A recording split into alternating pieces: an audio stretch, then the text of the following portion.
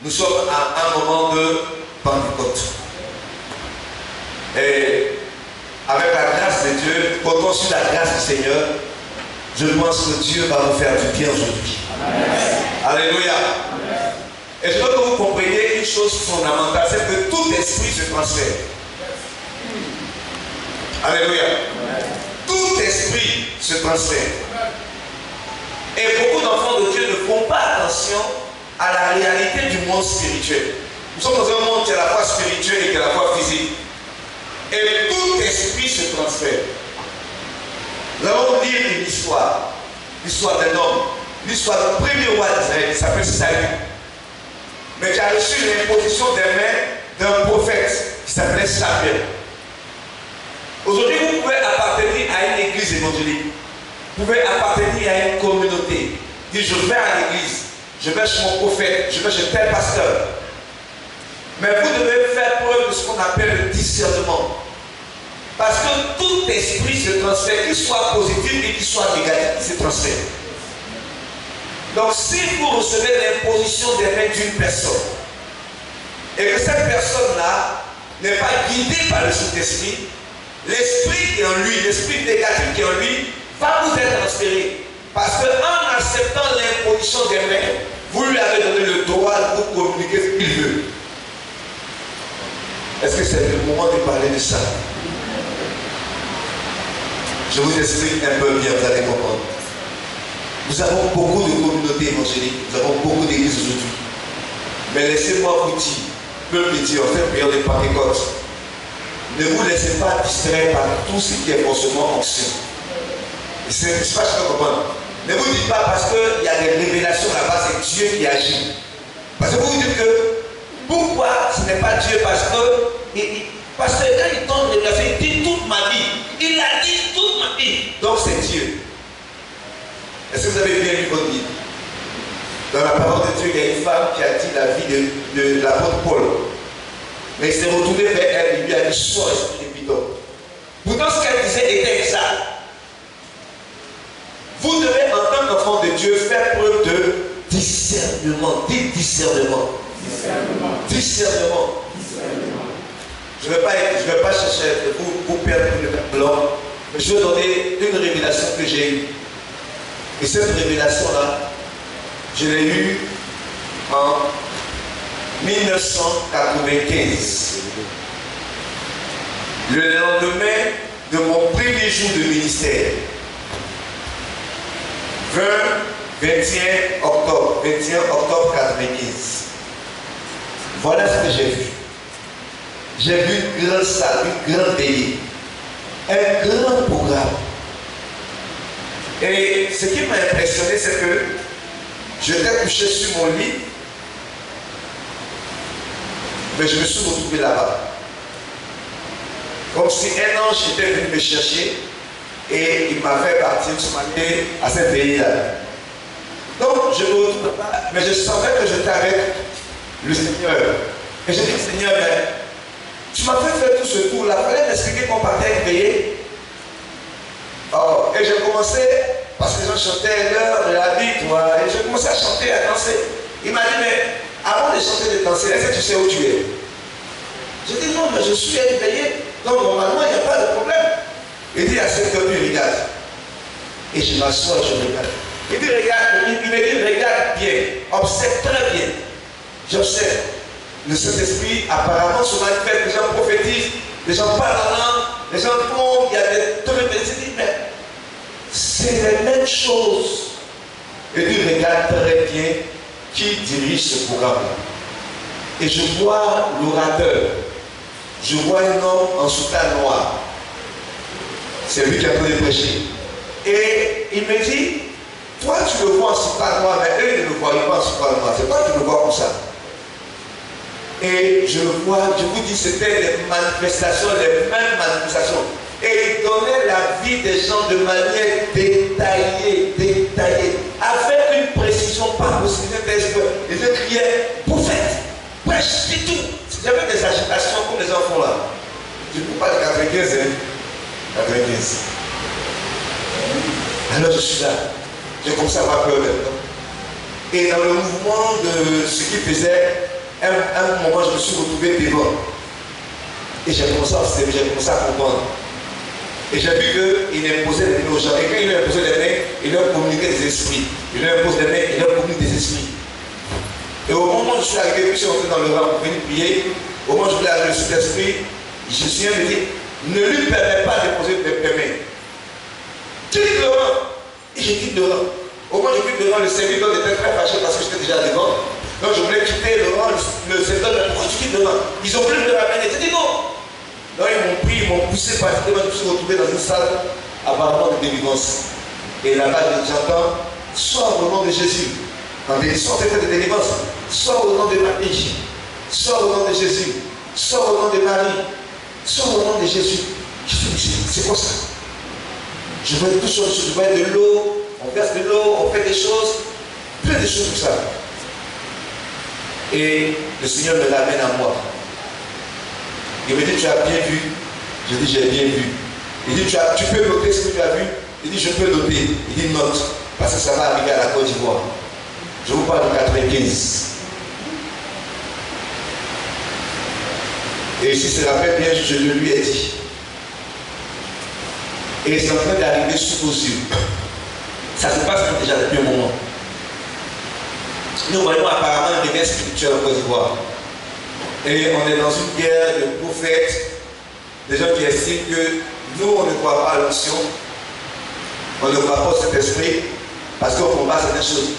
J'ai dit au Seigneur, parce que pendant une semaine, ce rêve m'a doublé. Je lui ai demandé, mais s'ils font les mêmes choses que nous, comment est-ce qu'on va faire la différence? Les gens vont nous confondre. Ceux qui nous combattent même déjà vont commencer à voir des versets pour le faire maintenant. Et le Seigneur me dit, le problème que vous avez en tant qu'enfant de Dieu, c'est que vous n'avez pas le discernement. Et je lui ai demandé, mais comment on peut avoir le discernement? Parce que le discernement, je pense qu'on l'a déjà. Il dit, parce que vous n'étudiez pas la parole. Satan ne prêchera jamais l'évangile de manière correcte. Il aura toujours un mensonge dans ce qu'il dit. Il a dit à Jésus, les royaumes de la terre là, avec leur gloire, ils me les ont été donnés. La vérité de ma parole, dans cette parole-là, c'est qu'effectivement, il contrôlait les royaumes de la terre avec leur gloire. Mais là où il a menti, on ne lui a pas donné, il a volé. Quand Adam a péché, quand Adam a chuté, il a récupéré. Voilà comment il s'est passé. Il y a toujours une moitié de vérité et une moitié de mensonge. Il dit, si vous voulez discerner l'église qui vient de Dieu, prenez le temps de chercher à écouter la parole de Dieu. Écoutez la parole de Dieu, recherchez l'enseignement. Ne vous fiez pas seulement au miracle, au surnaturel. Parce que si vous le lisez bien, quand Moïse a jeté son bâton qui est devenu du serpent, les pharaons, les mages de pharaon ont fait la même chose. Quelqu'un d'accord avec moi? Mais même à la première plaie, ils ont fait la même chose. À la deuxième plaie, ils ont fait la même chose. À la troisième plaie, ils ont été limités. Parce que la troisième plaie, c'est un enseignement qu'il faut comprendre. C'est la plaie des coups. Alléluia. La troisième plaie que Dieu a envoyée, parce que chaque plaie en Égypte était une humiliation pour un démon que les Égyptiens adoraient. Ce n'était pas des plaies au hasard. Hein. Dieu humiliait tous les fétiches des Égyptiens. Mais le troisième, c'était le fétiche de la sorcellerie. C'est lui qui venait d'être humilié. C'est là qu'il les a limités. Alléluia. Quand on dit Belzébuth, le Dieu des mouches, ça c'est dit. C'est pourquoi la troisième plaie là, ils ont été bloqués là. Parce que quelle que soit la grandeur et la puissance de tous ces faux prophètes là, ils seront toujours limités par la grandeur et la puissance de Jésus-Christ. Alléluia. Moi je pense là. Quand je veux dire à quelqu'un ce matin, avant de pouvoir rechercher les positions de quelqu'un, des mains de quelqu'un, vous devez avoir le discernement sur l'enseignement qu'il donne. C'est l'enseignement, c'est la parole de Dieu seul qui va vous permettre de savoir qui est de Dieu, qui n'est pas de Dieu. Car la Bible dit qu'on reconnaîtra un faux prophète à ses fruits. Quand vous voyez un mandarinier ou bien un oranger, souvent quand l'arbre commence là, on ne sait pas c'est quel arbre. Souvent il y a un petit doute. Mais il faut le fruit pour savoir c'est quel arbre.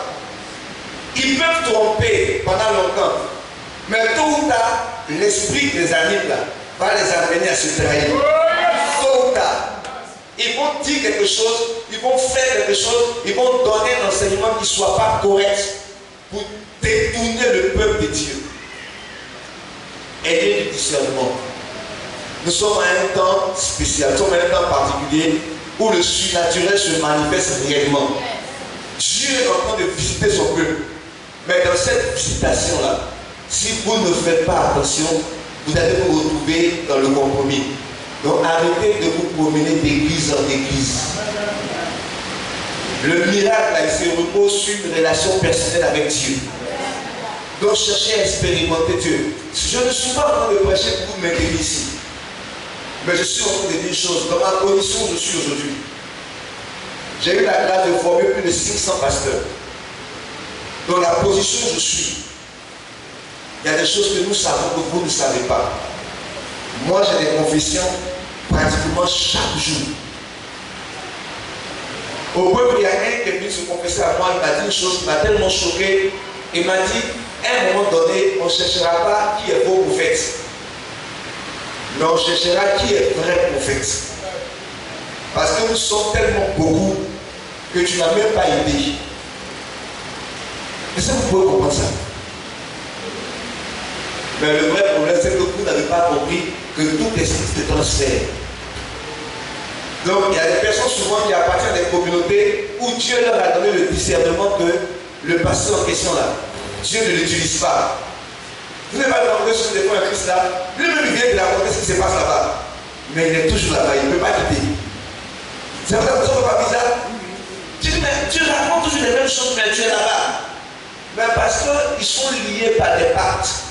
Quand 31 décembre arrive, on leur dit, habillez mon tout blanc, on fait action prophétique. Ou habillez mon tout rouge, habillez mon tout ceci. Et vous les voyez, ils sont dans la rue. C'est eux qui s'habillent une couleur, soit violet, soit rouge, soit comme ci. Où ils ont pris tout ça? Et ils s'en vont. Mais quand ils font ces rituels-là, c'est des rituels qui les attachent, qui les lient. Ce qui va faire que même, c'est arrivé dans une église, hein, le prophète s'est permis même d'enseigner la femme de son diacre. Ça ne bouge pas. Il ne va pas crier, il est là. C'est un aveuglement. Un aveuglement véritable. Et nous sommes dans cette mouvance-là. Pourquoi? Parce que nous, on cherche une révélation. Moi, j'aime les révélations. Comme vous. Mais dis-moi, toi-même où tu es là, c'est quelle révélation qui n'a pas encore tombé sur ta vie? Qu'est-ce que tu ne sais pas? Tu sais, qu'est-ce que toi tu ne sais pas sur ta vie? Il faut me dire. Et puis on va ajouter encore. Ça fait 10 ans, tu as grandi. Malheur de révélation, ce n'est pas encore accompli, mais tu cherches encore. Un matin, il faut arrêter. Et puis il faut prendre ce qui est déjà, on a déjà dit là, combien accompli dedans.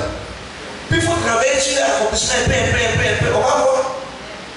Mais on commence chaque année de nouvelles révélations, alors que ça ne s'accomplit pas. Je ne veux pas vous choquer, mais si vous êtes choqué, c'est trop tard, vous êtes déjà assis. Alléluia. J'ai voulu vous avertir simplement, en entrant dans mon message aujourd'hui, en vous disant, le Seigneur notre Dieu est en train de visiter la Côte d'Ivoire d'un réveil. Mais dans le réveil que Dieu a accordé à notre nation, je vous invite au discernement. Au-delà de l'œuvre de l'esprit, cherchez l'onction. Moi je dis toujours, j'ai l'onction. Je préfère tomber sous l'onction et puis être délivré, et puis être changé, que d'être debout et puis être possédé. Vous n'avez pas compris. Mais je préfère être sensible à l'esprit. Et puis ma vie évolue. Moi j'ai eu mes filles à l'église. À l'époque, quand on dit fonctionnel, faux, c'est qu'ils tombent toujours. Quand ils disent personnel, quand ils disent cet esprit s'en va, elle a déjà essuyé la salle. Elle a essuyé tout ça. Donc à un moment donné, elle changeait d'avis parce qu'elle mettait des habits à l'église. Et elle me disait, papa, comment ça fait? Toujours c'est moi qui tombe. Un peu seulement, même dirigeant, même dirige, je tombe. Vous, je tombe. Et elle était toujours choquée. Elle dit, je n'aime pas ça. Elle dit, tu n'aimes pas ça. Elle dit, non, je n'aime pas ça. Je n'aime pas ça, ça me fatigue. Je lui ai dit, il y aura un moment, tu vas chercher ça avec toi, je ne vais pas gagner. Elle dit, c'est quand même Jacques. Mais pendant que l'Esprit de Dieu la visitait régulièrement, C'est une femme que Dieu a puissamment bénie. Elle est entrée dans un concours de l'État où on ne prend chaque année que 10 personnes. Et elle est rentrée dans ce concours-là sans intervention, sans payer quelqu'un. Et c'est pendant le temps où elle tombait et elle supérieur. Donc maintenant, depuis un moment, quand on fait les programmes, elle ne tombe plus. Donc elle me dit, papa, le culte là, s'est bien passé. Mais j'étais concentré, mais dans ce temps-là, c'est compliqué. Hein? J'ai soigné. J'ai dit, mais ce n'est pas les sensations.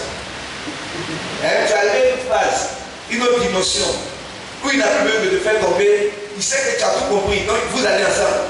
Elle dit, non, moi je vais pour avant là.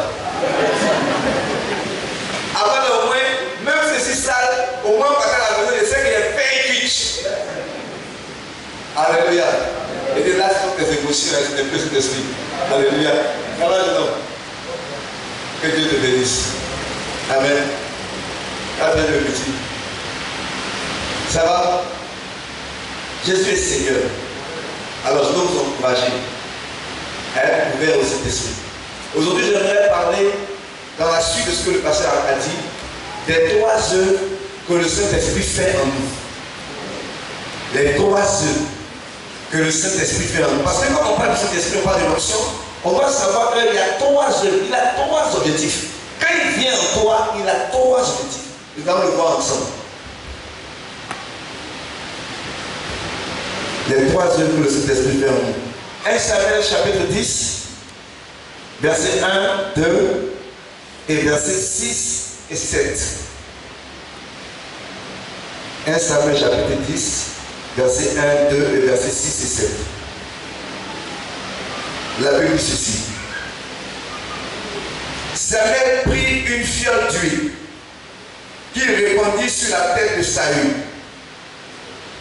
Il le baisa et dit, l'Éternel ne t'a-t-il pas oint pour que tu sois le chef de son héritage? Aujourd'hui, après m'avoir quitté, tu trouveras 2 hommes près du sépulcre de Rachel, sur la frontière de Benjamin, à Selsach, et ils te diront, les ânesses que tu es allé chercher sont retrouvées. Et voici ton père ne pense plus aux ânesses, mais il est en peine de vous. Et dit, que dois-je faire au sujet de mon fils? Versets 6 et 7. L'Esprit de l'Éternel te saisira, tu prophétiseras avec eux et tu seras changé en un autre homme. Verset 7. Lorsque ces signes auront eu pour toi leur accomplissement, fais ce que tu trouveras à faire, car Dieu est avec toi. Alléluia. Il y a une dimension de l'œuvre du Seigneur, de la faveur de Dieu, où tout ce que ta main touche marche. Parce que tu sens qu'il y a une onction, il y a une ombre, il y a une présence de Dieu sur ta vie. Tout ce que tu fais marche. Tu ne sais pas pourquoi. Ce que tu dis s'accomplit. Il lui dit, quand tous ces signes s'accompliront en toi, tout ce que tu vas trouver à faire, fais-le. Les 3 œuvres du Saint-Esprit en nous. Je peux résumer simplement dans ceci. Quand Dieu envoie son esprit, il accomplit 3 œuvres en nous. D'abord, il travaille en nous. Ensuite, il travaille à travers nous. Et enfin, il travaille pour nous. L'onction est importante. Parce que l'onction agit sur votre destinée. Une femme qui s'appelait Marie n'a pas connu d'homme. Mais parce que l'Esprit du Très-Haut est venu au-dessus d'elle, il a rendu capable d'enfanter là où elle n'a pas connu d'homme. Parce que quand l'Esprit de Dieu vient, il vous ouvre les portes de l'impossibilité. C'est lui qui réalise ce que les hommes ne peuvent pas réaliser. Ce n'est pas possible de comprendre cela simplement comme ça. L'Église de Dieu n'est pas née dans une banque. Elle n'est pas née dans une université. Elle est née dans une chambre haute où des hommes ont appris à prier. Et quand le Saint-Esprit est venu sur eux, ce n'étaient pas des théologiens. C'était des hommes du peuple, des pécheurs. Dieu a choisi des hommes ordinaires et en a fait des hommes extraordinaires. Dieu ne choisit pas forcément des hommes qualifiés, des hommes compétents, des hommes qu'on voit. Souvent Dieu prend des gens sur qui on ne compte pas, des vilaines personnes. Des choses viles, non? Donc je vis des vilaines personnes. C'est eux que Dieu choisit et puis se manifeste. Je veux dire à quelqu'un ce matin que tu as le choix de Dieu. Même si tu n'arrives pas à comprendre que tu as le choix de Dieu, je veux que tu retiennes que tu es le choix de Dieu. Et pourquoi? Quand vous lisez attentivement la généalogie de Jésus-Christ, chapitre 1, Matthieu chapitre 1, il y a 4 femmes seulement qu'on cite dans toute la généalogie. On ne cite pas d'autres femmes, hein? C'est les 4 là qu'on cite. Pourquoi? Arrêtez-vous sur chaque nom de femme. Et puis ayez le discernement de ce qui peut se passer. On parle de celles qui ont enfanté Jésus, celles à travers lesquelles le ministère de Dieu s'est manifesté. Mais pour montrer que Dieu choisit des hommes ordinaires, des hommes vilains, vous allez voir, c'est les 4 hommes qu'on cite. La première femme s'appelle Tamar. Tamar est une femme qui était mariée à un homme qui s'appelait Elle. Elle est morte parce qu'elle était méchante. On lui a donné le petit frère parce qu'elle n'avait pas d'enfant. On voulait qu'elle ait un enfant. Elle prend le petit frère, Onan.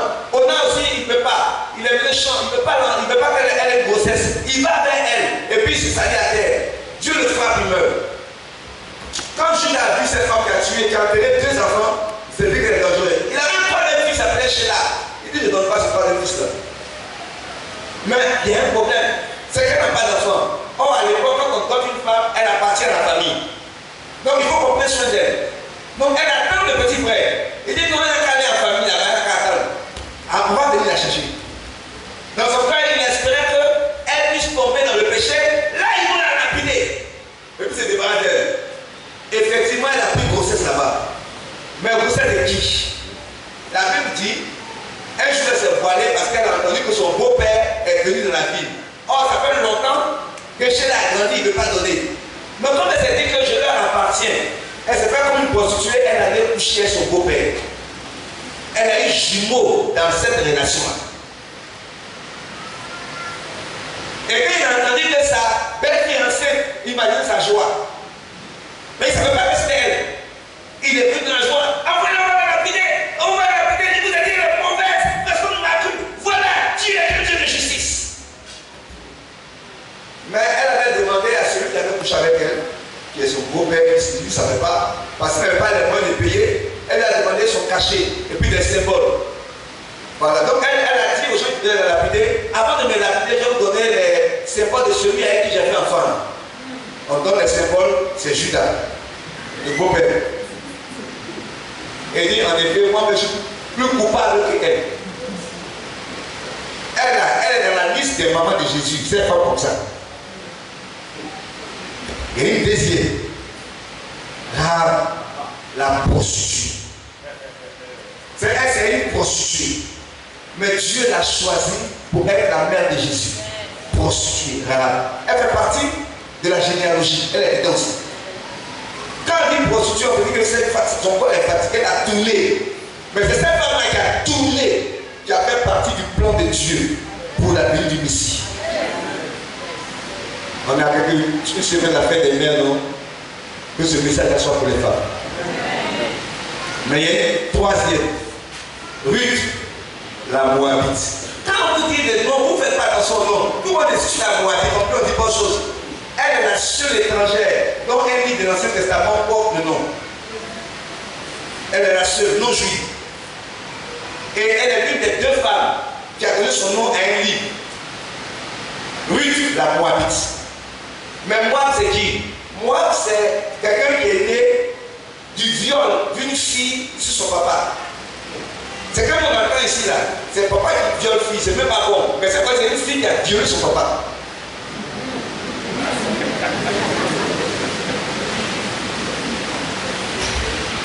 Est-ce que vous êtes choqués à vous? Mais vous n'êtes pas encore choqués? La 4e est la plus dangereuse.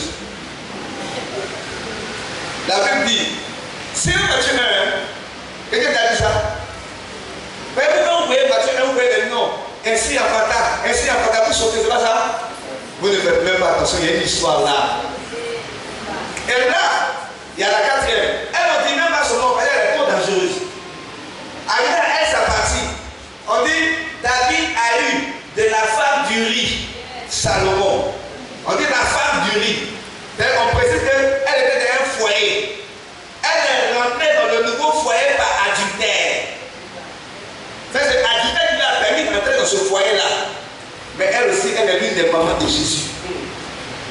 Mais pourquoi elle est dangereuse? Parce qu'elle s'est entendue à son amant pour acheter son mari. Yes.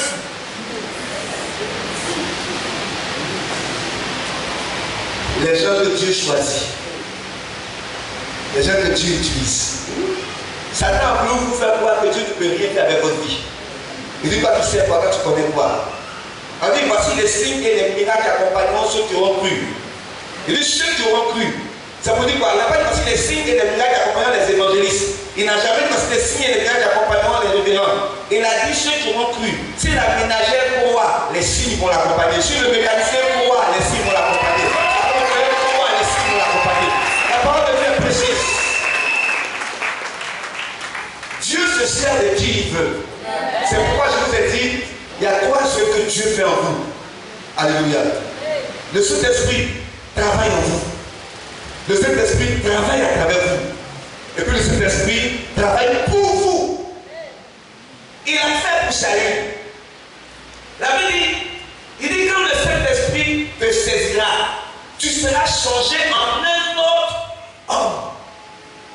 Le Saint-Esprit, avant de t'utiliser, il faut lui permettre de travailler d'abord en toi.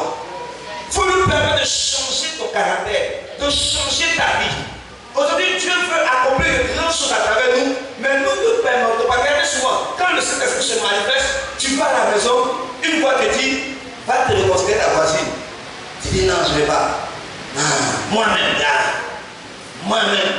Non, elle ne connaît pas bien. Tu ne lui permets pas de travailler en toi. Il t'amène à t'humilier. Il t'amène à t'abaisser. Souvent, tu veux poser certains actes. Il ne te permet pas de le faire.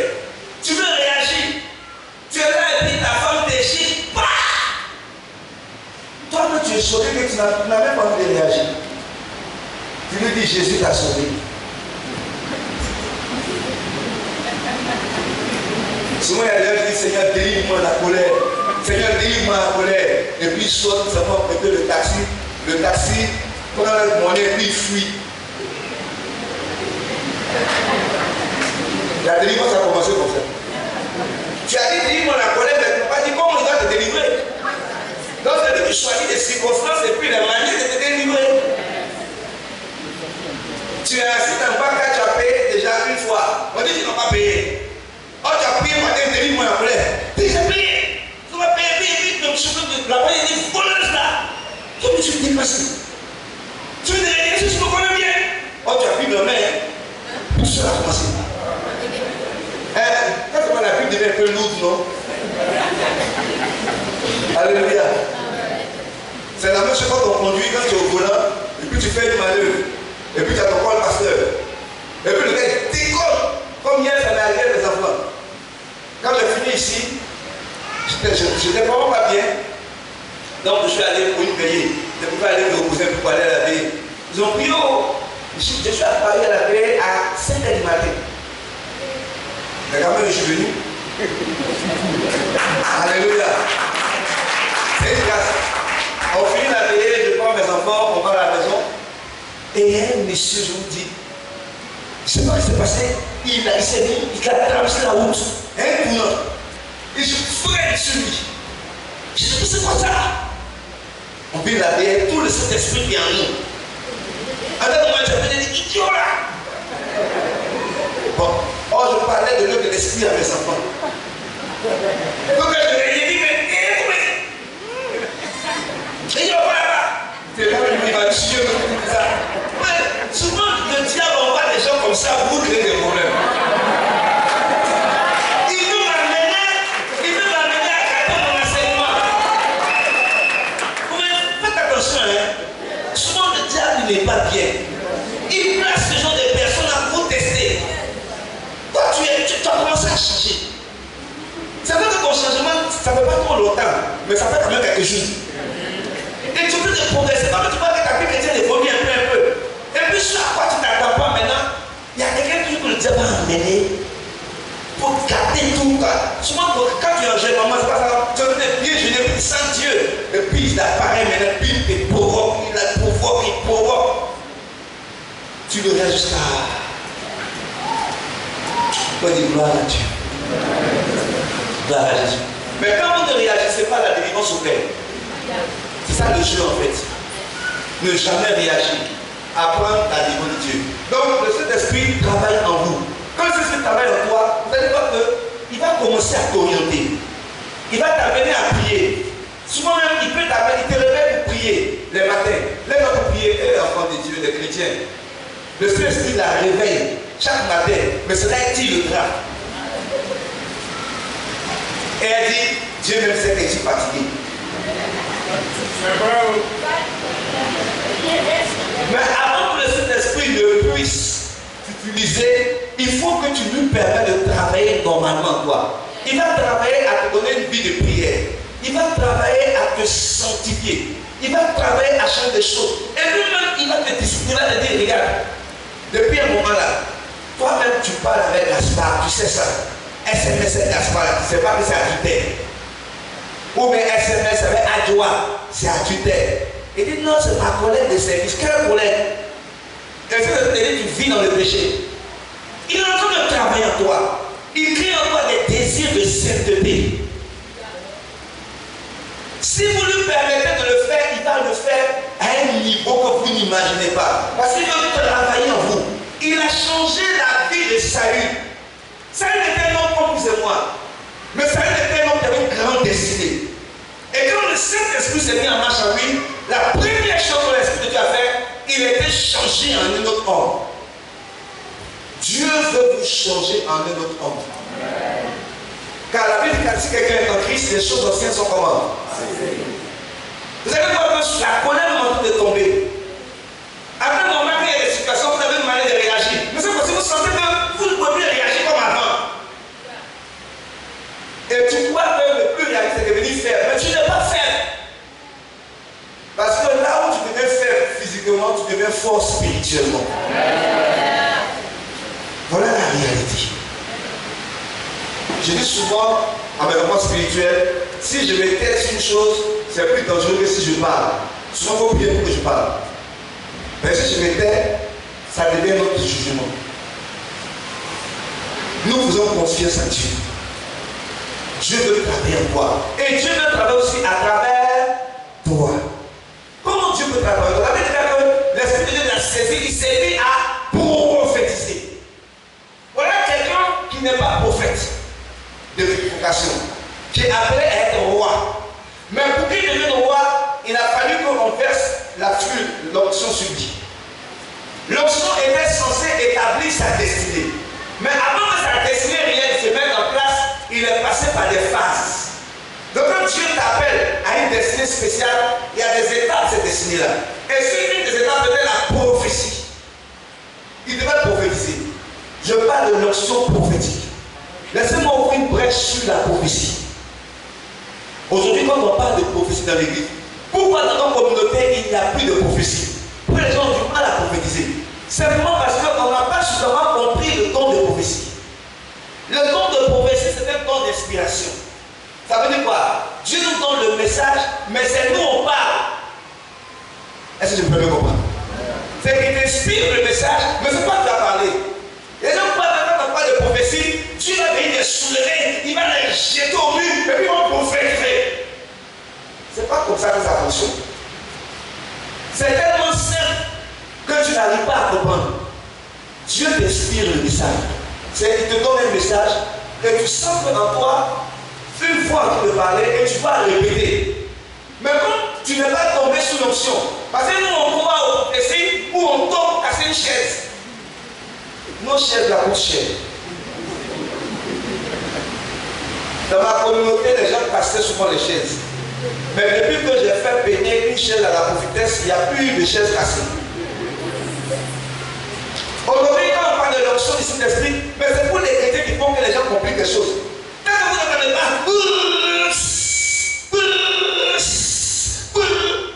et il y a des prophétesses comme ça, pendant près de 30 minutes, on n'entend pas le message. Mais c'est vous qui faites qu'elle fait ça. Par exemple, elle ne fait pas ça, tu ne vas pas boire. Donnez-moi un peu de piment, un peu d'avion dedans. Elle a vu, je sais que je choque, mais ceux qui sont prophètes comprennent ce que je veux dire. C'est qu'elle crée un petit spectacle derrière. Parce que toi, tu crois au spectacle. Mais si elle me dit, ainsi parle l'Éternel des armées. le Seigneur me dit ceci pour toi. Tu as dit, c'est qu'une prophétie et puis elle parle la même chose à moi. Ça dit n'est pas dedans. Une vraie prophétie va trembler. La tremblote. Comme Aïcha a tremblé. Là, si elle tremble comme ça veut dire que le Saint-Esprit est là. C'est vous qui forcez les prophètes à faire beaucoup de spectacles. Parce que nous, Africains, vous savez, les Blancs n'ont pas envoyé le surnaturel en Afrique, ils ont envoyé Jésus. C'est pas la même chose. Sur le surnaturel, là, nous, on était déjà là-bas. Mais seulement nous, ça nous rappelle les chants. C'est toute la différence. Donc, les Blancs ont envoyé Jésus. Pour dire que la chambre où tu fais, c'est pas ça, faut chercher les chants ici. C'est là on est rentré. Le noir, il aime ce qui est surnaturel. Le noir dans nos gènes, là. Quand un vrai pasteur, messager de Dieu, s'il ne donne pas la révélation, Dieu n'est pas lui. C'est pourquoi je suis obligé de prophétiser chaque 31 décembre dans mon église. Mais s'il n'est pas prophétisé, le 31 n'est pas bon. Voilà comment vous forcez souvent quelqu'un besoin à fabriquer des révélations. Mais revenons au don de prophétie. C'est un don qui est très simple. Quand vous avez le don de prophétie, généralement Dieu est prêt à parler à son peuple à travers vous. Mais qu'est-ce qui fait que souvent on n'est pas disposé? Mais c'est parce que souvent on ne se concentre pas, on n'est pas dans l'esprit de la réunion. Quand tu es dans l'esprit du culte, généralement le message vient. Mais le message vient de beaucoup de manières. Souvent il peut arriver que Dieu vous donne le message complètement. Avant de te lever pour prophétiser, tu as déjà tout le message. Souvent ça arrive. Il y a eu des moments où tu n'as pas tout le message, mais tu as un seul mot, il te donne un seul mot. Et puis tu te dis, toi, ouvre la bouche, je vais parler. Alors que tu n'as qu'un seul mot. Mais tu te sens poussé par Dieu pour parler. Il y a des cas où tu n'as ni le mot, ni le message, mais tu sens le message. Quelqu'un comprend ce que je veux dire? C'est là que tu sens le message. Tu sens ce qu'il faut dire. C'est comme s'il te fait expérimenter en toi ce qu'il veut dire. Il te fait, tu sens qu'il dit, je suis présent, je suis parlé, tu sens en toi. Et tu veux le dire, mais tu te tais. Mais c'est un message de la part de Dieu. Mais comme souvent c'est tellement simple, on se dit, non, Dieu ne parle pas. Vous savez, quand vous ne permettez pas à Dieu de travailler à travers vous, vous n'avez même pas idée de ce que vous privez les gens. Je connais une dame qui a fait se suicider. Heureusement, je vous dis, heureusement que j'ai permis à Dieu de l'utiliser. Il n'y a même pas 2 mois. J'ai eu à cœur d'appeler cette dame-là. Elle était au bord de la route. Elle calculait comment se jeter. Et j'ai insisté à la déboucher. Je lui ai dit, tu es où? Instantanément comme ça. Elle me dit, non, rien ne va de ma vie. J'ai perdu mon foyer. Mon mari m'a chassé. Je viens d'être embauché. Le premier jour de travail, ils ont fait un vol dans mon compte. Rien ne va. Tout ce que je touche, je suis malade, je ne va pas. Elle a commencé à pleurer. Que je veux me tuer. Je lui ai dit, tu es où? Elle est au bord de la route. Donc elle regardait les voitures, celle qui vient le plus vite pour se jeter. Je lui ai dit, Dieu t'a choisi. Et il m'a envoyé te dire qu'il t'aime. Elle s'est mise à pleurer. Un mois que je n'entendais plus. J'ai insisté, elle a déposé le téléphone, elle pleurait. Après, elle a repris, elle m'a dit merci pasteur. Aujourd'hui, c'est vrai que le divorce est toujours en cours, elle n'a pas pu avoir son foyer, mais elle a repris vie. Elle a tellement repris vie que son mari a pu divorcer, il est convaincu qu'elle le trompe. Parce qu'elle sourit. Au départ, quand elle parlait de divorce, elle se mettait à genoux et demandait pardon. Mais elle m'a dit, pasteur, pendant longtemps, mon mari était mon Jésus. Pendant longtemps, il était sur le dos de ma vie, c'est lui qui faisait tout pour moi. Mais j'ai compris que mon mari n'est pas Jésus. S'il ne connaît pas ma valeur, Dieu m'enverra quelqu'un qui va connaître ma valeur. Parce que Jésus m'a guéri. Beaucoup de personnes aujourd'hui, là, vos foyers sont sur le trône de vos vies. Combien de femmes ici, là, si elles perdent leur foyer, elles vont prêcher Jésus quand même. Elles vont venir à l'église à dimanche, même si elles perdent leur foyer, combien? Levez la main. Une seule. 2. vous chasse. Comme les traditions vous apprennent. Vous allez venir à l'église quand même. Servir, glorifier Jésus. Sans problème. Je prie que le Seigneur vous garde. Et les hommes, si votre femme vous laisse, vous allez continuer à prêcher Jésus. Ah, eux, ils sont plus nombreux. Mais eux, ils ont beaucoup d'options. Hein? Si il y a une autre option que je ne peux pas déjà. Si elle ne connaît pas ta valeur, quelqu'un laisse, quelqu'un prend. Vous avez ça, quelqu'un prend, vous allez prendre une cauchemar de quelqu'un qui a déposé. Il y a affaire de quelqu'un laisse, quelqu'un prend, j'ai acheté une voiture de quelqu'un. Alléluia. Je n'ai jamais vu une voiture qui traumatise son propriétaire comme celle que j'ai achetée. Le jour où je l'ai libéré, j'ai dormi en paix. J'ai libéré la bombe chez quelqu'un d'autre. Mais je l'ai averti, j'étais honnête. Il dit, voiture n'est pas fatiguée. Il te dit en même temps. Il dit, il aime sa voiture de rêve. C'est comment ça va te dire, mon ami, voiture de rêve m'a fatigué. Il dit, non, comment je vais essayer une voiture, elle est belle. Il a dit, la voiture, même elle est belle, elle trompe les gens. Il a pris la voiture. La bombe a explosé là-bas. Mais il ne s'est pas plaint parce que j'ai été honnête avec lui. C'est notre ami, tu connais Mambo.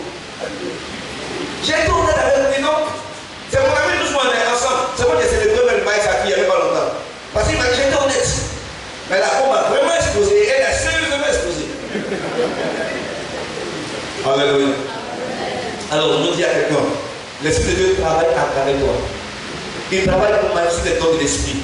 Et quand je parle encore du don de prophétie, n'oubliez jamais que souvent Dieu même peut créer une image, il peut donner une image, comme cela. Et puis il te dit de t'écrire. Donc la prophétie, c'est comme une description de l'image que tu vois. Souvent tu entends, je suis là, je suis là. Il y a des gens qui souvent qui ne prophétisent pas, mais ils disent que le message est trop simple. Mes enfants, je vous aime. Mes enfants, je vous aime. Bon, pour toi le message est simple. Mais il y a forcément quelqu'un dans l'assemblée pour qui ce message-là il est important. Quelqu'un m'a dit amen. Pourquoi il est simple, mais rien n'en a besoin. Donc ce n'est pas parce qu'une prophétie est simple qu'elle ne vient pas de Dieu. Quand vous ne permettez pas de vous utiliser, attendez, je me rappelle une fois cette scène. Mon épouse et moi on marchait, et en marchant, on aime beaucoup marcher. On a marché, je pense, 1 kilomètre pour poser comme ça, c'est même pas rendu compte. Et à un moment donné, je vois l'image, je vois ma maison qui est de grand feu. Alors qu'on a que les enfants à la maison. Je dis, chérie, prenez un taxi. Et nous prenons vite un taxi. Et on a pris le taxi. On arrive à la maison. La porte est fermée. Et les enfants ont fait crier dans la maison. Parce qu'il y a eu un court-circuit et le court-circuit n'est pas loin du portail. Donc ils ont peur de passer. J'ai insisté pour que mon grand-fils vienne ouvrir. Il a réussi à venir, il a ouvert et j'ai sauté le copain qui avait pris totalement feu, vraiment, l'air plus feu, le disjoncteur plus feu, et c'est parti dans la cuisine. Et j'ai sauté. Mais parce que j'ai disposé mon cœur à la révélation de Dieu. Dieu peut utiliser tout le monde.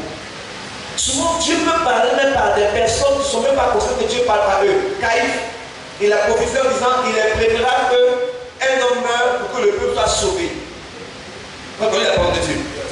Lui, il parlait, pas pour prophétiser des paroles, j'espère.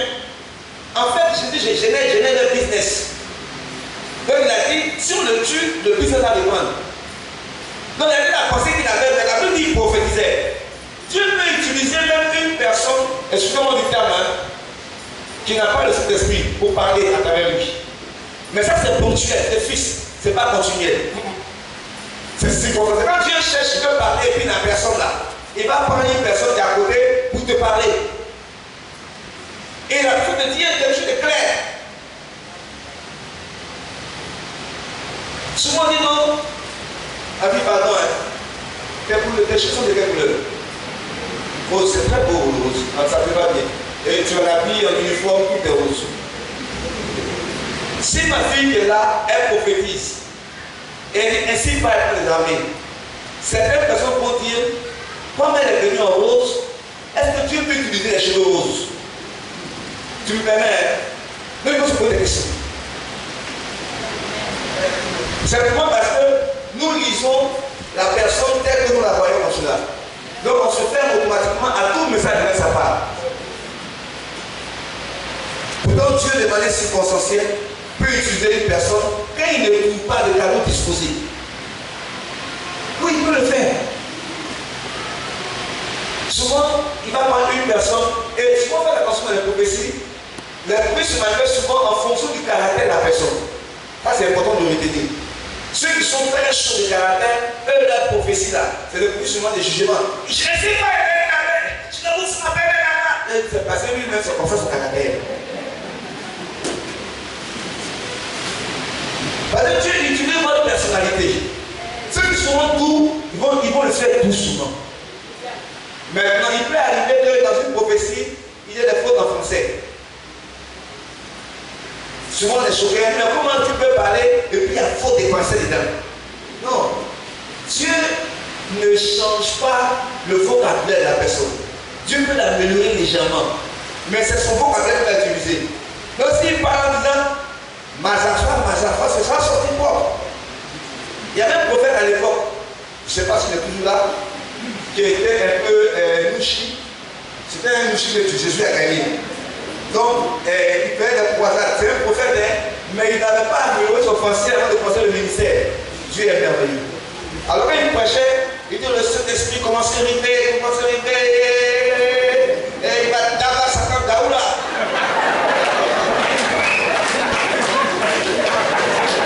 Alléluia. Par respect pour lui, je ne peux pas dire son nom, parce que je pense qu'il a amélioré maintenant son français. Mais je vous dis, et puis il le disait, le manifeste puissamment. Comme il disait. Il dit, il est là, il est là. Et puis, il y avait des délivrances, il y avait des guérisons. Dieu améliore simplement son langage. Alléluia. Alléluia. Dieu peut amener une personne à prophétiser dans une langue qui n'est pas sa langue. Ça, c'est la puissance de Dieu. C'est arrivé à Bogo, à Beni Kaza. Il y avait une église évangélique à l'époque là-bas, où il y a un Allemand qui est venu à Gazoal en Afrique. Et il y a une soeur en Christ, comme d'habitude, qui a capté l'Allemand. Elle veut le marier. Donc elle envoie chez son pasteur. Nous, on souffre. Et le pasteur doit parler à l'Allemand pour que l'Allemand régularise la situation. Et l'Allemand est venu à l'église, il était dans l'église. Et en plein culte, prophétie sort. En allemand, quoi? Tu es écouté dans ton pays. Tu as laissé ton épouse et ses enfants. Et tu es venu ici pour pécher. Moi, l'Éternel, je te vois. On dit qui a accepté Jésus? L'Allemand s'est levé premier. La sœur qui s'est dit, oh, c'est gagné. Pasteur, merci. Et à la fin du culte, il appelle le pasteur. Et puis il appelle celui qui a prophétisé là. Il demande au pasteur de lui demander où il le connaît. Et le monsieur arrive, on lui demande, tu connais le monsieur là-haut?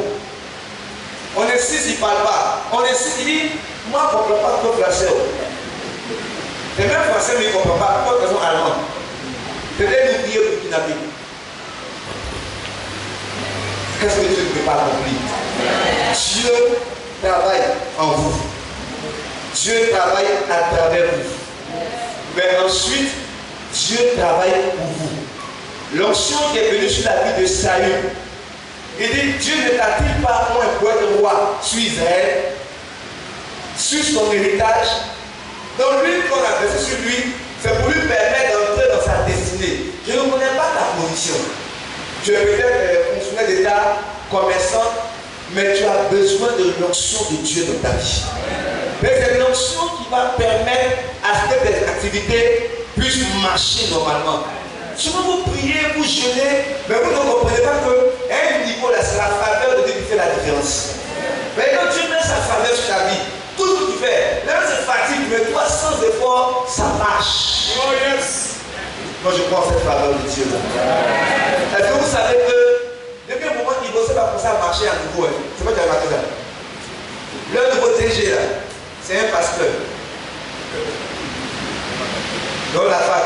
laissé lui là-bas.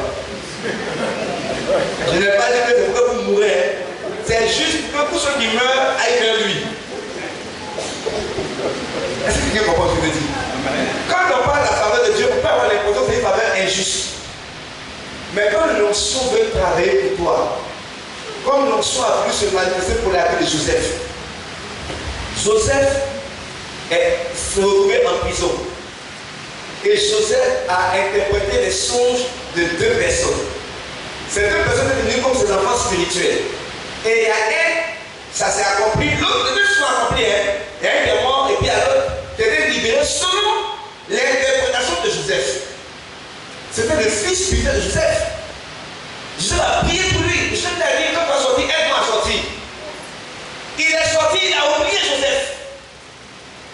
Le premier mois, il a dit, oh, c'est un fils, il ne peut pas m'abandonner. 2 mois, rien. 3 mois, 1 an, le gars l'a oublié. 2 instants, Pharaon a un songe. Personne ne peut expliquer le songe du Pharaon. Tous ceux qui ont l'habitude d'interpréter le songe du Pharaon, qui peuvent mentir, ils ont l'habitude de mentir. Et tu dis, ça fait quoi? Mais même le mensonge, son explication ne venait pas. Tu as bloqué tous les canaux. Parce qu'il a fixé cette circonstance pour son enfant qui est en prison. Quand Dieu veut bénir une personne, il crée un besoin qui correspond à ce que toi tu présentes comme profil. C'est-à-dire que quand Dieu veut donner un foyer, il permet que celui qui va te marier là, il aime, on dit bon, tu es trop grosse, on t'aime pas, ben tu es grosse, mais attention, aboutit aussi à son client. Amen. Donc il va faire qu'il y a une personne là-même, c'est ça là-même, il cherchait à longtemps.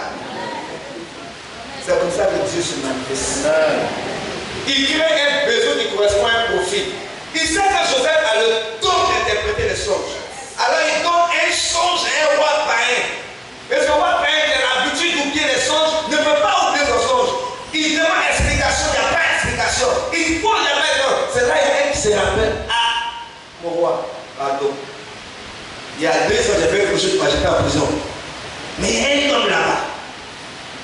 Joseph n'a pas croisé l'instrument de sa bénédiction dans une banque. Il ne l'a pas croisé dans une école. Il n'a pas croisé dans une période favorable. Il l'a croisé dans sa période d'humiliation. C'est là-bas qu'il a croisé. Alléluia. Le Dieu que nous savons est le Dieu qui organise notre élévation. Il y a des moments où Dieu nous met dans des situations où on croit que Dieu nous a humiliés. On croit que Dieu nous a oubliés. Mais ce que vous ne savez pas, la victoire commence toujours par le noir. Quand un nouveau jour arrive, le jour ne commence pas, le nouveau jour ne commence pas à la matinée à 6 h du matin. Ça commence à 0h30, 1h, 2h. Il fait toujours noir. Donc pour toi, ta vie n'a pas changé, mais le nouveau jour a commencé. Pour toi, c'est la même chose, mais le miracle de Dieu en marche. Jusqu'à 4h du matin. Il a donné la révélation, cet homme-là. Il est parti. Mais pourquoi Dieu a permis que le monsieur puisse l'oublier? Parce que si le monsieur s'était rappelé de Joseph, il aurait aidé à sortir. Et Joseph aurait fui l'Égypte. Or, il ne fallait pas qu'il fuit. Il fallait qu'il reste dans la position de l'humiliation, la position de prisonnier, parce qu'il y avait un rendez-vous que Dieu avait fixé pour celui. Alors Dieu vous maintient dans cette position. Vous dites, mais Dieu, tu m'humilies. Dieu ne m'a rien donné. Dieu me donne rien, je ne sais pas comment faire. J'ai prié, j'ai jeûné, ma vie ne change pas. Alléluia. Souvent, quand Dieu te prépare pour une grande prédiction, lui-même, il laisse passer des petites opportunités. Et puis, il garde les grandes. Pharaon, on s'en va chez Joseph. On le rase. Quelqu'un dit on le rase. On le lave. On l'habille. Et on le présente à Pharaon. Quand Dieu est en train de te bénir, on commence par te raser, on commence par te laver, on commence par t'habiller. Pendant qu'il sent qu'il y a des signes, on commence à aller. Ce matin-là, il a dormi dans un lit de prisonnier. Alléluia. Il s'est levé pour comme une journée normale. C'est une journée normale, il n'y a rien, tout ça. Mais il ne savait pas que l'onction qui était en lui travaillait pour sa destinée. Alléluia. Il n'avait pas compris ça encore. Mais cette onction-là lui avait donné des songes. Alléluia. Il a expliqué ces choses à ses frères. Mais qu'est-ce que ses frères ont fait? Quand ils ont donné des songes, ils l'ont vendu. Ils l'ont haï. Ils ont voulu briser les songes. Mais laissez-moi vous dire, ceux qui ont payé son convoi pour lui permettre de accompli la prophétie de Dieu. L'onction de Dieu travaille pour vous.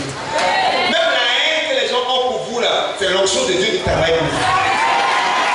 Même l'oubli des hommes, c'est l'onction de Dieu qui travaille pour vous. Et une femme qui tombe amoureuse de Joseph, elle c'est lui, elle veut, elle veut pas l'autre garçon, c'est lui, elle veut. Il dit, il ne veut pas, il résiste. D'autres vont accepter, ils ont dit quoi? Ils vont accepter. Vous dites, c'est elle qui a voulu, hein? Mais il a su résister. Il a refusé le compromis. Et elle a menti, on l'a jeté en prison. Est-ce que vous remarquez? Tu as un songe, tu as une révélation. Le pasteur a prophétisé. C'est là on t'a vendu. Il a prophétisé. C'est là on a menti sur toi. Il a prophétisé. C'est là on t'a oublié. Tu as dit Dieu est contre moi. Alors que tu ne sais pas que Joseph marchait étape après étape, phase après phase. Le chemin de la bénédiction de Dieu, le chemin de la bénédiction de Joseph, ce n'était pas un chemin de victoire, c'était un chemin de trahison, c'était un chemin de calomnie, c'était un chemin d'oubli, c'était un chemin d'humiliation. C'est un chemin où il s'est senti rabaissé. Que dans ce chemin-là, il avançait, mais il ne savait pas qu'il avançait vers la bénédiction du Seigneur. La route de Canaan passe par le désert. L'onction travaille pour vous. Et Pharaon donne ces deux songes. Joseph explique les songes. Il est impressionné. Regardez comment c'est merveilleux. Il dit, Joseph lui dit, trouve quelqu'un qui va t'aider à gérer ça. Il dit, non, non, où trouverai-je quelqu'un en qui j'ai vu l'esprit des dieux? Il dit, pas l'esprit des dieux, il dit l'esprit des dieux. Pharaon est mystique. Oui, c'est un mystique. Mais dans son esprit de sorcellerie là, il a discerné que l'esprit qui est en face de lui est supérieur. Nous prions un Dieu supérieur. On lui a dit que cet homme-là vient de prison. Qui parmi nous peut confier son pays à un ancien prisonnier? On l'a juste libéré pour venir expliquer quelque chose. Dieu n'a pas besoin de 10 ans pour changer ta condition. En une heure, il a changé le statut de ce homme qui s'appelait Joseph. De prisonnier, il en a fait un premier ministre. N'oubliez pas que Joseph était étranger. Mais Dieu l'a établi. Il y a des personnes souvent qui disent, je n'ai pas de diplôme. Il y a des gens qui disent souvent, je n'ai pas de relation, je n'ai pas de situation. Quand l'onction de Dieu vient dans ta vie, l'impossible devient possible. Parce que nous prions le Dieu de l'impossible. Alléluia. Il a rendu une femme qui n'a pas connu d'homme capable d'enfanter un garçon. Qu'est-ce que l'onction ne peut pas faire dans ta vie? Il a fait pour Joseph. Il est devenu premier ministre. Quand ses frères l'ont retrouvé, ceux qui l'ont vendu, ceux qui l'ont humilié, ceux qui l'ont trahi, ils n'ont même pas reconnu leur propre sang. C'est comme ça que les gens ne vous reconnaîtront pas quand Dieu aura fait son œuvre dans votre vie. Alléluia. Est-ce que quelqu'un est tranquille aujourd'hui? Qui est tranquille? Qui croit qu'il est déjà béni? Nous sommes à un temps de Pentecôte, d'autres sont à un temps de destinée. Nous ne sommes pas là seulement pour parler en langue. Nous sommes là pour entrer dans notre destinée, pour expérimenter cette destinée. Un enfant qui cherchait des adresses, Dieu l'a pris, Dieu a fait le roi d'Israël. L'onction de Dieu travaille en toi. L'onction travaille à travers toi. L'onction travaille pour toi. Dieu organise des circonstances. Dieu organise des événements. Regardez comment Dieu est un grand metteur en scène. Quand le temps de Dieu d'élever Joseph est arrivé, il a donné un songe à un roi païen. Il a bloqué les canaux d'interprétation. Il a rappelé le souvenir de l'homme. Tout le monde avait un rôle à jouer. Et ils ont fait sortir Joseph d'Égypte, de prison, et Joseph est arrivé. Et il a joué sa partition. Parce que Dieu est un grand metteur en scène. C'est le réalisateur des plus grands films. Vous êtes en train de vivre un film que Dieu contrôle du début à la fin. Vous devez comprendre cela. Est-ce que quelqu'un sait en qui il a plu? Le Dieu que nous servons contrôle toutes les situations. Il contrôle ta vie. Il contrôle même ton humiliation. Il contrôle même ton abaissement. Il contrôle même ton esclavage. Même tous les échecs que tu dis que tu as eu. Je finis par ce témoignage. Je finis dans 2 minutes, 3 minutes. Je devais prier pour un homme. Cet homme-là, je l'ai mis en jeûne de 3 jours. 3 jours. Il devait passer le concours de la gendarmerie. Et il a fait le jeûne. Et j'ai oublié que je l'ai mis en jeûne. Je suis sorti. À l'époque, les téléphones c'était un peu compliqué. Je suis sorti. dans la rue, fini, j'ai oublié. Je suis rentré ce soir, je suis sorti très tard. Il m'a attendu. Et puis il est parti à la maison. Il allait passer le concours, il a échoué. Au lieu d'aller à la maison, il est venu chez moi à la maison directement. Et il ne m'a pas trouvé. Et il a dit comme ça à ma femme, il faut dire à papa que le concours pour lequel j'ai gelé, et puis il n'a pas prié pour moi là. J'ai échoué. Il faut dire ça à papa. J'arrive dans cette commission ce matin à la maison. Je dis ok, je lui fais appel, il arrive. Je lui dis, comment tu fais passer? Puis il m'a expliqué, c'est pas grave. Quand Dieu fait une porte, c'est qu'il y a une plus grande porte que Dieu a pour toi. Quand tu perds une chose, c'est que Dieu te réserve de plus grandes choses. Et moi, je l'ai expérimenté dans ma vie, je vous le dis. Et je parlais, je lui ai dit, tu vas passer notre concours. Il dit, quel concours? Et je me suis rappelé là qu'un de mes tuteurs, une année, était haut et fourré. Alors je me suis dit, j'avais un tuteur qui était haut et fourré. Pourquoi je ne passe pas haut et fourré? Et lui, au moins, s'est renseigné. On a découvert qu'il y a le concours des officiers des hauts et fourrés. Or, le concours, il a échoué là, c'est sous-officier de la mairie. Maintenant, c'est le concours d'officier des hauts et fourrés qui a été lancé. Je lui dis, il ne faut plus gêner. Tu as beaucoup gêné comme ça. Viens et prier pour toi pour partir. Il est allé, il a eu ce concours de officier des hauts et fourrés. Ça veut dire quoi? S'il avait eu le concours des sous-officiers des eaux et forêts, est-ce qu'il aurait eu le concours d'officier? Hein?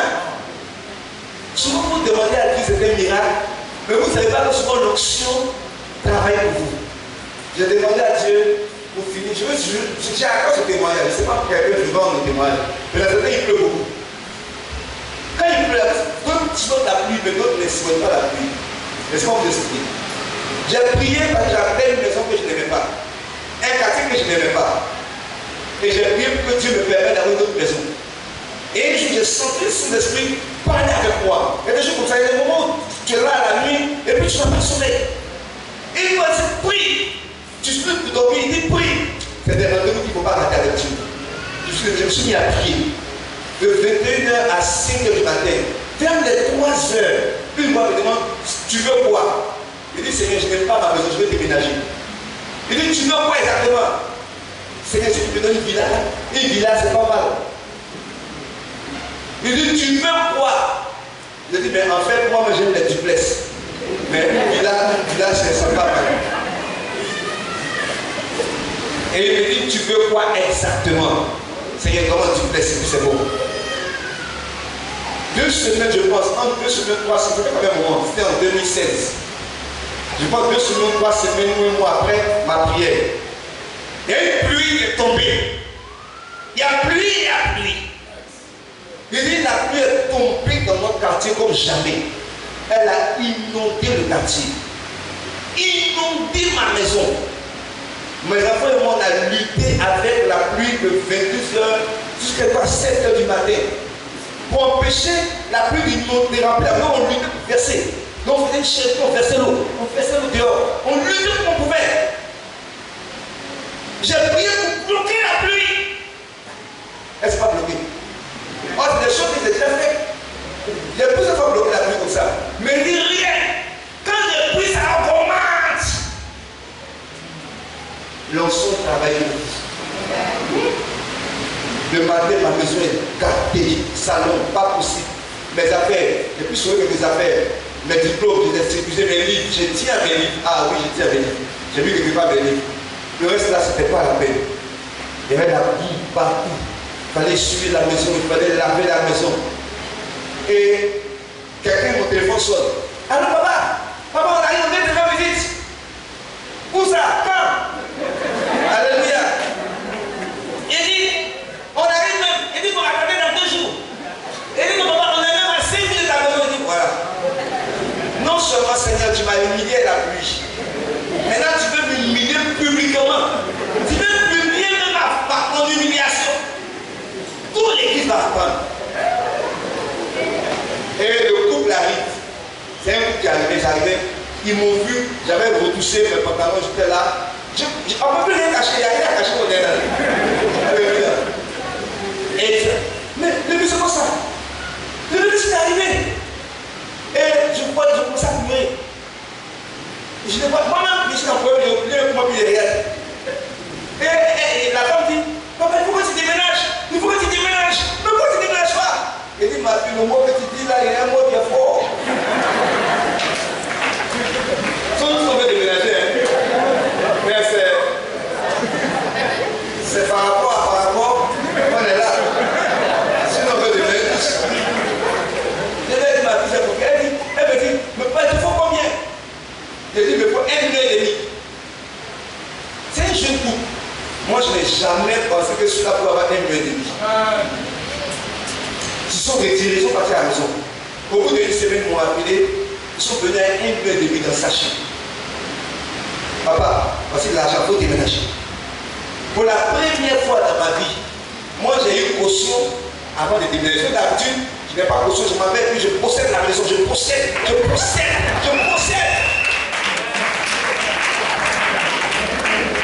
Cette fois-ci, j'ai caution. Vous connaissez quand quelqu'un a caution, comme il cherche maison, non? Oh, cette maison n'est pas à mon goût. Il n'y en a pas d'autre. Oh, j'habitais ici, j'étais dans un quartier à Bobo. Ma maison a doublé, quadruplé. Je devais 6 mois. 35 000, je n'avais pas payé. 120 000, c'est ça qui était inondé. Et c'était inondé à Nono. Comme ça, Nono, à Bobozi. C'est là que c'était inondé. Et j'ai caution maintenant. J'ai trouvé une maison. Problème après son client. Mais tu vois la maison est jolie. Mais tu vois tu entends son prix, tu es choqué. Mais la même ne te laisse pas. Comment on pense ce genre de choses là, non? Où tu vois, je suis là, ça te sert. Mais tu seras recommandé en route. Mais tu ne peux pas lâcher le modèle. Tu penses à sert, mais tu vois. Ça, c'est l'agir. Amen. Je regarde la maison. On dit 350 000. Mais la maison me plaît. 120 000 de places que vous payez. 350 000. Une est quartier de ministre. Le voisin, c'est Côté Katina. L'autre, c'est Manu Koulibaly. À côté, il y a Diablé. Il dit, maison là, ça me plaît. Je m'appelle me présenter, je veux la maison. La femme me dit, tu peux pas dans la vie. Pour la première fois dans ma vie aussi. Moi, j'enseigne à l'école publique. Donc, comment tu fais quoi? Quand tu dis pasteur, on ne va pas à la maison. Donc, il est venu chez enseignant. Pour la première fois de ma vie, il a dit, je suis pasteur. Pasteur? Elle dit, vous connaissez le prix de la maison? J'ai dit, oui. On m'a dit, comment c'est un mille? Elle dit, lever dans une semaine. Elle dit, non, je suis déjà après, je donne la caution. Elle dit, non, il ne faut pas la caution. Dans une semaine, elle est venue. Quand je sortais, ce que tu me dis, elle attend d'autres clients. J'ai fermé la route. Lorsqu'on travaille pour vous, il y a un moment du programme, tu déclares. Jésus-Christ Nazareth, il y a un moment de certains miracles, il ne priait pas, il déclarait la guérison. J'ai déclaré, j'ai fermé la route. J'ai dit cette femme-là, je reviens une semaine. C'est moi qui vais prendre la maison. J'ai dit au démarcheur, le démarcheur riait. Parce qu'elle m'a demandé d'autres clients. Il lui a dit, vous n'aurez pas de clients à part moi. Je reviens dans une semaine. Et une semaine, je suis revenu, la maison était là. J'arrive, elle est là, elle tourne. Parce qu'il y a une générale qui arrivait. Elle me tourne, elle dit, madame, vous attendez quelqu'un. Tant que je n'ai pas signé le contrat, personne n'est venu dans cette maison. Signer le contrat. Elle m'a regardé, elle a suivi, puis elle a signé. Quand on a signé net, je l'ai appelé. Madame, excusez-moi, j'ai mis un retard, j'ai un embouteillage, et puis j'ai eu une panne, je ne savais même pas comment faire. Depuis le matin, je vais être là, pardonnez-moi. Elle dit, ma maison est déjà partie. Mais cette maison-là, l'onction travaille pour nous. Chaque matin, je me réveille. On me suis choqué d'être dans la maison. J'ai dit, qui m'a envoyé ici? Comment on fait pour payer la maison là? Les enfants, ils tombent dans la paix. Ma femme est heureuse. Tout le monde est heureuse. C'est moi qui appelle le matin, elle est tous insomnie. Ça vous rappelle des choses, on dirait. Alléluia. Mais c'est là que l'onction travaille pour nous. Je vous dis, c'est une maison pour laquelle je n'ai jamais eu d'impayé. Jamais. Il y a une stade de ta vie où tu rentres dans la faveur et dans la présence de Dieu, où tu as conscience que tout ce que tu vas dire, ce que tu vas faire, il y a un Dieu qui accompagne ça. Et tu es sûr qu'il soutient. Même quand tu dis un mot, il paye. Tu te donnes un rendez-vous, l'argent vient. J'ai toujours payé cette maison-là. Jusqu'au point même que j'ai déménagé pour aller dans une maison mieux que elle. Je sais que j'ai pris. Alléluia. Alors, même si il va dire à quelqu'un, il n'est pas tard pour toi. L'onction travaille pour toi. Il faut avoir cette foi-là. Donc, quand tu dis une parole, elle est l'habitude, à un moment donné là, vous allez prier, commencer à déclarer. Quelqu'un a dit, si tu dis à cette montagne, ôte-toi de là, va que je prie. D'abord, si tu pries pour qu'elle bouge, si tu dis, mais il y a un niveau qu'il faut commencer à déclarer. Jésus a dit Lazare sort. Il dit vois, qu'il te soit fait. Et à plusieurs moments, on le voit déclarer, parce qu'il était assis dans le nom et la présence de ton Père. Est-ce que quelqu'un aujourd'hui parle sous l'onction de Dieu? Quand ton enfant de Dieu a dit des choses qui vont vous faire avancer. Ne maudissez jamais vos enfants, bénissez-les. Ton enfant est dernier, tu as son bulletin est dernier. Tu dis, moi mon enfant là, il sera déchiré. Moi mon enfant il sera le premier, il sera parmi les meilleurs. Je le proclame, je le déclare. Alléluia.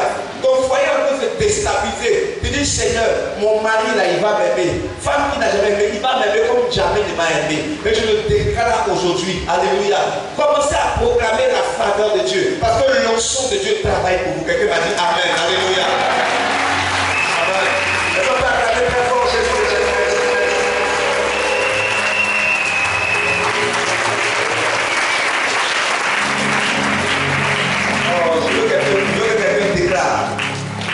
Qui est prêt à déclarer les choses aujourd'hui? Ça fait longtemps que ta vie tourne en rond. Tu veux déclarer quelque chose. Alléluia. Amen. Tu veux déclarer quelque chose. Amen. Quelqu'un m'a dit Amen. J'ai le témoignage d'une dame. Alléluia. J'ai eu le témoignage une fois hier. J'ai eu la réponse hier. La dame est en Europe. Elle est mariée à un Italien. Ils sont au Canada. Alléluia, ils sont au Canada. Elle n'a pas ses papiers au Canada. Tout ce qu'elle fait comme pousse, ça se bloque. Et son propre mari, qui est italien, n'arrive même pas à avoir les papiers canadiens. Elle dit, humiliation, elle n'arrive pas à travailler, elle a pas de session régulière et elle est âgée. Elle dit, toute sa vie, elle et son mari étaient comme ça. Ils sont venus en Côte d'Ivoire pour se chercher en Côte d'Ivoire. Ils ont été expulsés de leur maison en Côte d'Ivoire. Rien ne marche. Rien. Elle est même pour manger. Le monsieur de là, il est couché. Par exemple, je parlais avec elle, il était couché, on l'appelle par Facebook, plutôt par WhatsApp. Il est couché là. Ça ne va pas. Mais elle croit en Jésus. Mais elle dit, c'est comme si chaque fois qu'elle dépose ses papiers dans la salle, ça disparaît. Elle n'est pas éligible.